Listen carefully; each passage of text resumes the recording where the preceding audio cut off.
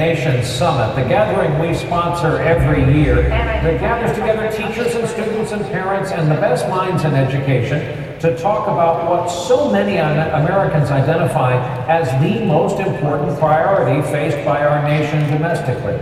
Today, much of the conversation was about parents and their role. One dad who was present is actively trying to get parents more engaged. That's because he is the new head of the National PTA. We get his story tonight from NBC's Gabe Gutierrez. On a soggy field in Georgia, these cheers aren't for the football team. Thank you all so much for coming. But for the new face of the National Parent Teacher Association. You sign up for a PTA unit here. Before, the image of the PTA has been suburban moms. You're trying to change that perception. How? Well, I'm today's PTA. I'm a working dad. Father to Otha Thornton is the group's new president and the first African-American male to hold the unpaid position. If there are barriers in the way of education, then you have to break down those barriers.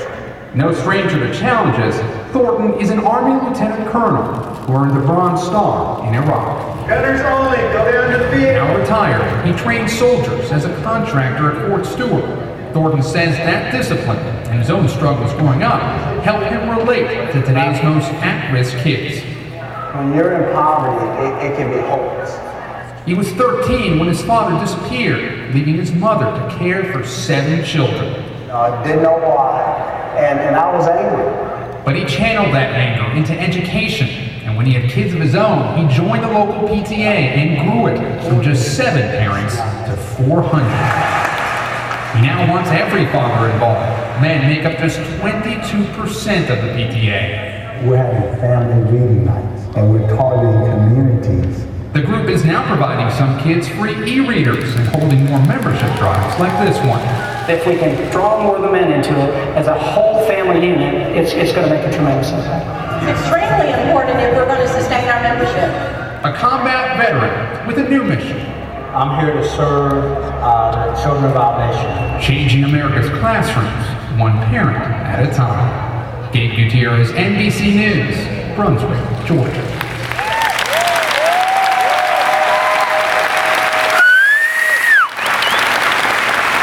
Ladies and gentlemen, put your hands together and let's give a warm welcome to the National PTA President, Otha Thornton.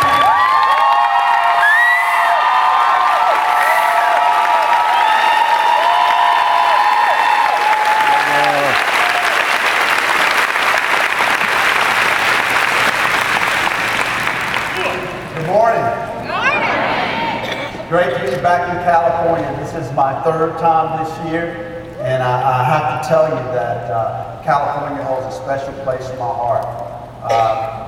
6 months in the Mojave Desert in Barstow, California. Jan Domini, I know some of you may know Jan Domini. She was the first national PTA president. Jan was the person, California state president as a national president, that appointed me to the board, and the story ends right here. But Jan, again, was very special, and I also like to acknowledge with California, again, our largest Congress, 836,000 members and growing. And I'd like to acknowledge some people from California that I brought to national with me and are making a great difference in representing you all very well. I would like Darlene Willis to please stand.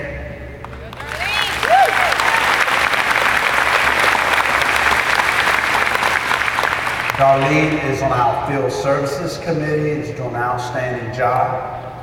We have Carla Ninos, please stand.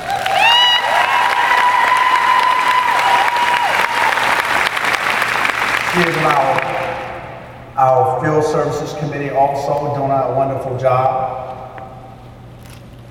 Sophia Wall.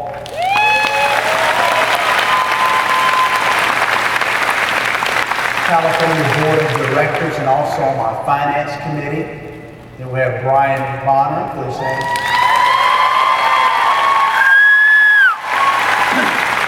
He's on our legislative committee and former resolutions chair at National. And then those are the Californians representing National, and they're doing a fabulous job.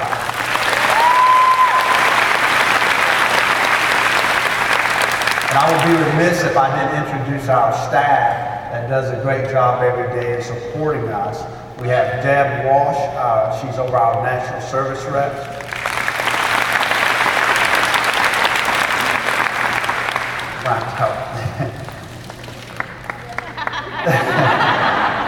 Chris Pravat and Sherry. Please stand up, Sherry Wilson. I had a senior moment. Now, I have a short amount of time, but again, you have to give people credit where it's due. Very important. So I'm going to be brief, to the point, give you a power-packed 10 minutes. That's what I'm going to try. Okay? Here are the big three things that I'm going to talk about. First of all, and I thank the California president. I know she's backstage now. The California board, please stand. Oh yeah. Thank you. Thank you for being a great host here this weekend. The top three things we're going to talk about is leadership, advocacy, and membership. Here in California, you have 16, I want you to keep this in mind as we move forward. We have 16 board members who have already stood out. California has 37 districts, but actually 28 active. So the 28 district directors, please stand. District directors.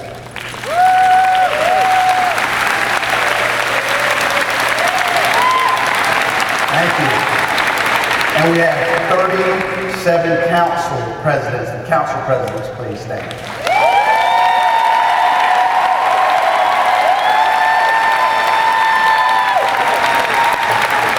I want y'all to remember that as we get into the membership piece. And I'll tell y'all a quick story. My cover is busted after this convention. As I travel around the country, I travel around as a mystery shopper or the undercover boss. I show up incognito and have some great conversations. And I won't say the district's name that I ran in front of,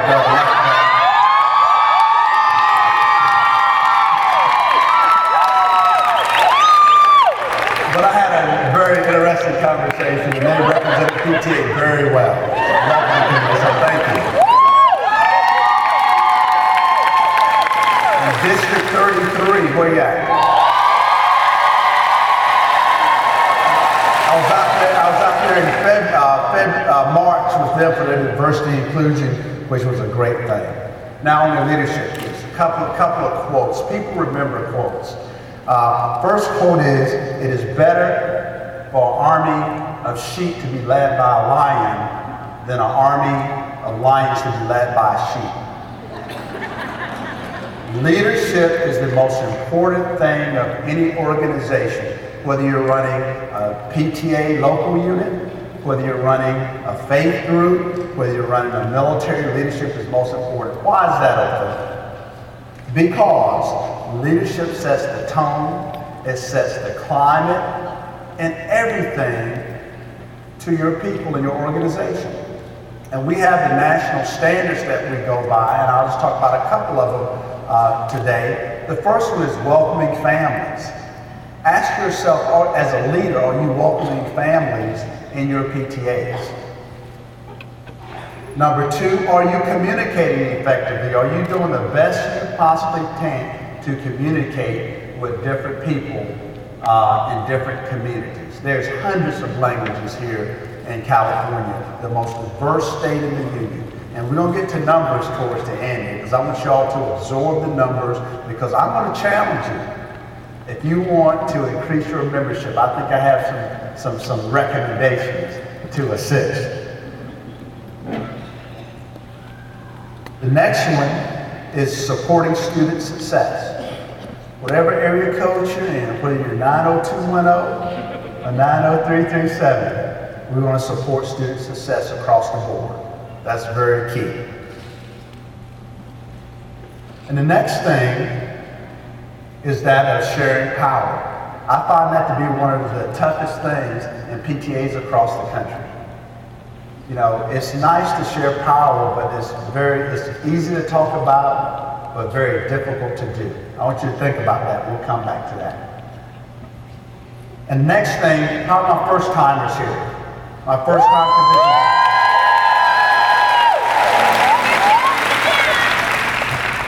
Okay, 8 years ago, I was a local unit president.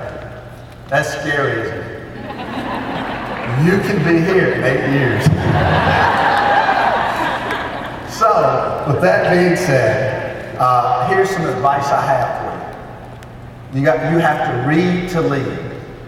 I say again, you have to read to lead. Read your bylaws, read your policies, and read your procedures. And do your absolute best to follow. If you do that, you won't go wrong. I will tell you, even as a national president, I've had some seasoned experts tell me, Mr. President, you can't do that. Almost standing up on my desk. And I say, please go to page 57, paragraph 2 alpha. Please read to me. No, please read to me. And once they read it to me, I say, okay, now, you told me what I couldn't do. That's what you didn't want me to do. But we actually could do it. And that brings me to the next quote. The hardest thing about new ideas is moving the old ideas out.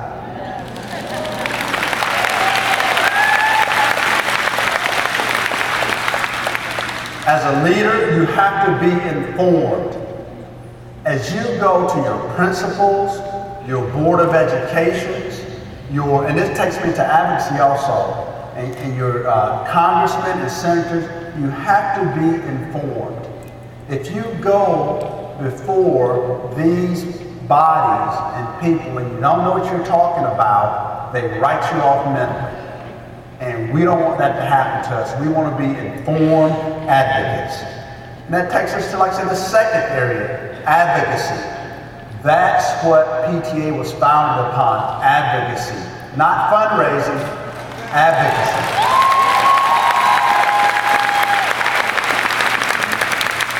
If you do the advocacy piece right, the funds will come. In some states, in their constitutions, it's written that they will adequately fund education. So if we're at the table, and that's another quote, if you're not at the table, you're on the menu. People are making decisions about you and your children because you're not at the table. So you got to be at the table. Okay, here's a new quote. Great advocacy starts at grassroots, and it's grassroots and a collaborative sport. You have to know what your people, what their needs are, what they want, and you have to work in coalitions. When I was out here in March, when I met with the California Association of African American Superintendents and Administrators, made some great connections. And California PTA is doing some great job in coalition work out here, and we have to keep that if we want to move forward. We have to connect with those people, the California School Board Association, NEA, AFD, and all these different coalitions that we have some similar things in focus. We want to agree on everything, but find out what we have in common to build these coalitions is very important. This is a very critical year, California. It's election year. And I tell people that we are nonpartisan. We're 501(c), so we don't support any party. And I often tell people in DC, I have permanent interests. No permanent parties, permanent interests. So if a party is willing to work with us to make a difference in our children's lives, you got a permanent friend. So with that being said, permanent interests, that's how we must look at it.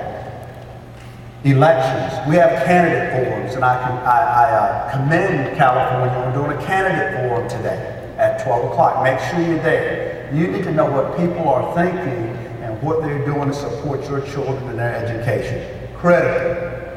So we need to do this not only here, but go back to your districts, go back to your councils, and set up candidate forums.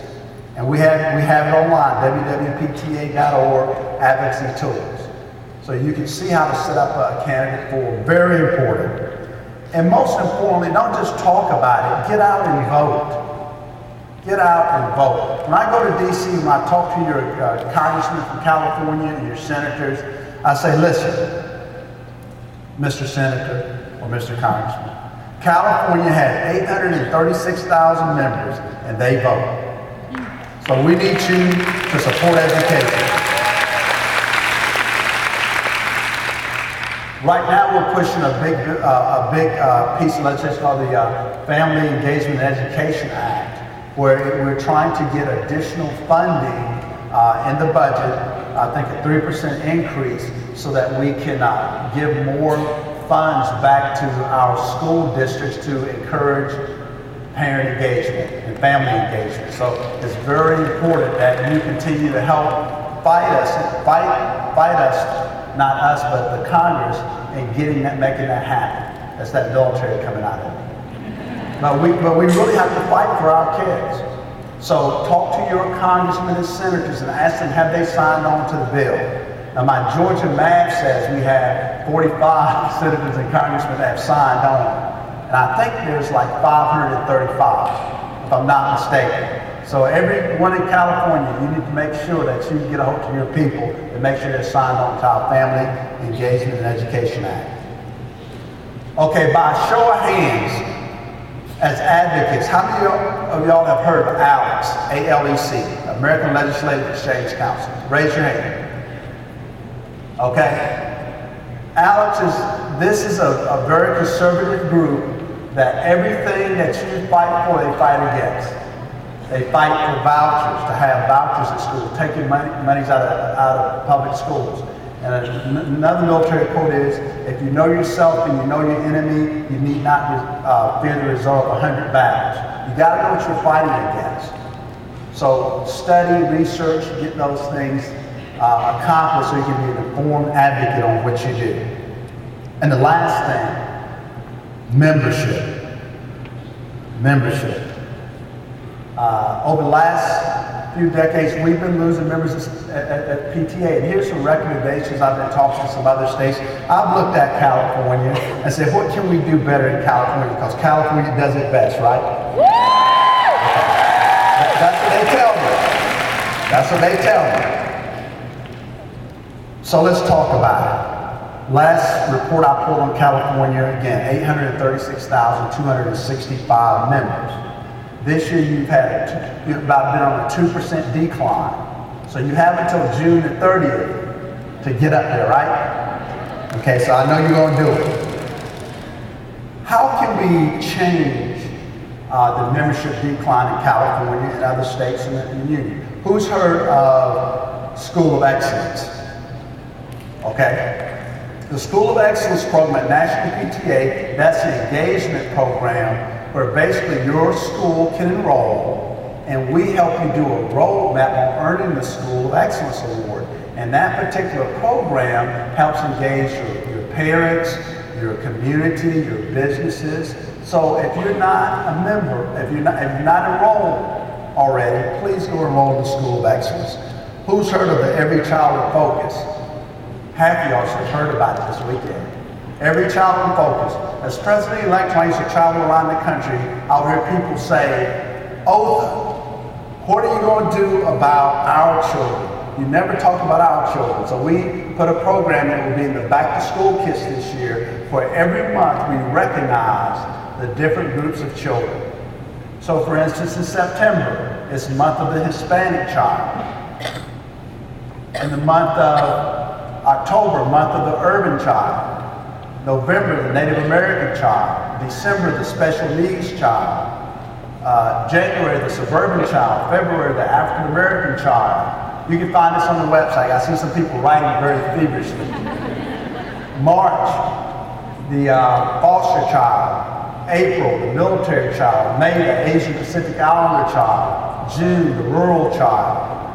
July, the American child, and August, the international child. So we've covered every child. And each month we pull facts together, we pull coalitions together to help for resources in dealing with challenges facing these particular populations. Now, California, let's get specific here. California's public school system is 73.4%, this is only in America, minority majority school system. What does that mean? I would like all the Hispanics, and I have stats here from the U.S. Census, so all the Hispanics or identified, stand up please. Please stand. Okay, I want everyone to look around. Stay standing. Now, here's the challenge to you. When I took office last June, I looked around the country and we have 1,539 state board members on all the states. Get that number, 1,539. We have 40 Hispanic members of that 1,539. Now, in California, we have 0 on the board. So I see a whole bunch of candidates here. Have a seat.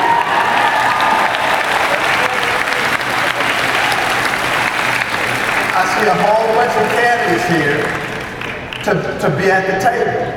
Because if you're not at the menu, you're on the menu. If you're not at the table, you're on the menu, right?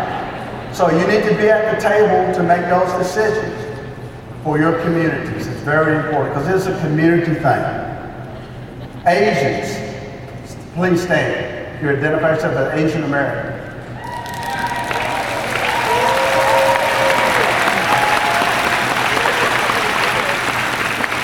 In the California public schools, you make up 11.1%. On the California board, you have 1.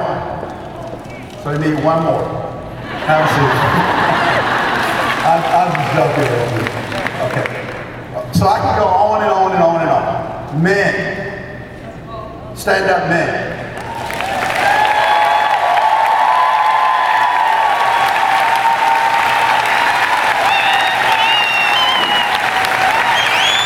Okay.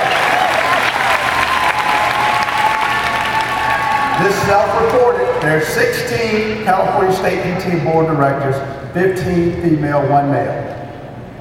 Okay. Y'all make up about 50% of the population, right? Looking for 4 more. Have a seat.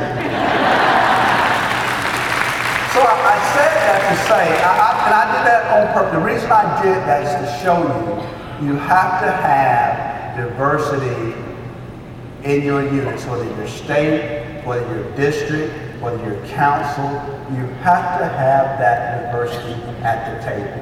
And diversity is not all ethnic either. You have age, and you look at every child in focus, we're covering every demographic in the United States. So that's very important. So keep that in mind as we move forward.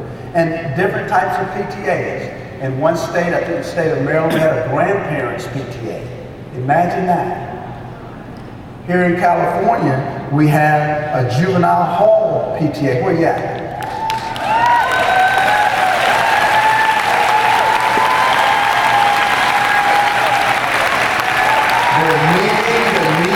Of all children, not just in the suburbs, all children.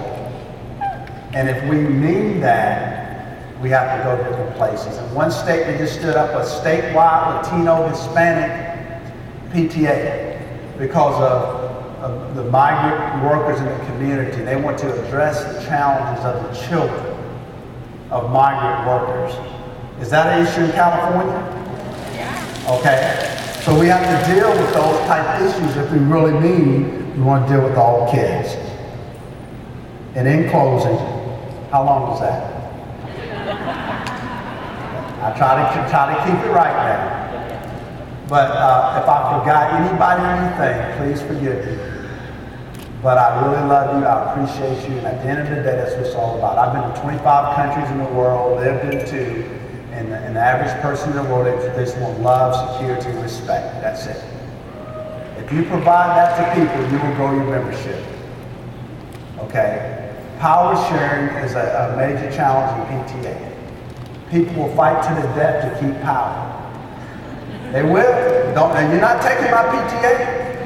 Or I'm going to take my PTA back. I've heard that. Woo. We want to work with everybody to grow PTA. And I want you to think about it when you go back to your units. If you can't work with parents around you, how can you say you love and respect their kids? Think about it.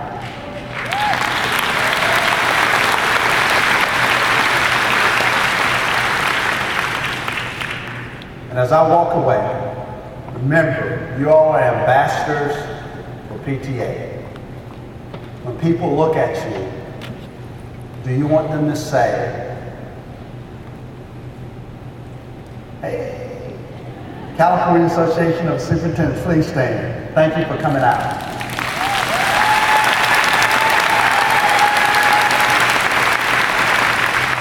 When people look at you as a PTA member, you are an ambassador. And do you want to say, and I know, again, the Supreme Court made a decision the other day, but I'll just say this. Gandhi said one of the most powerful things. He was talking about Christians. He said he wished he would have met Christ before he met the Christians. As PTA, do you want people to say they wish they would have met what PTA is about before they met you? Think about that. When you go back, if you want to increase your membership, which is our priority, and loving our kids, loving our communities, because at the end of the day, it's all about loving our communities and kids and making lives better for our families and our children. Thank you very much for your time.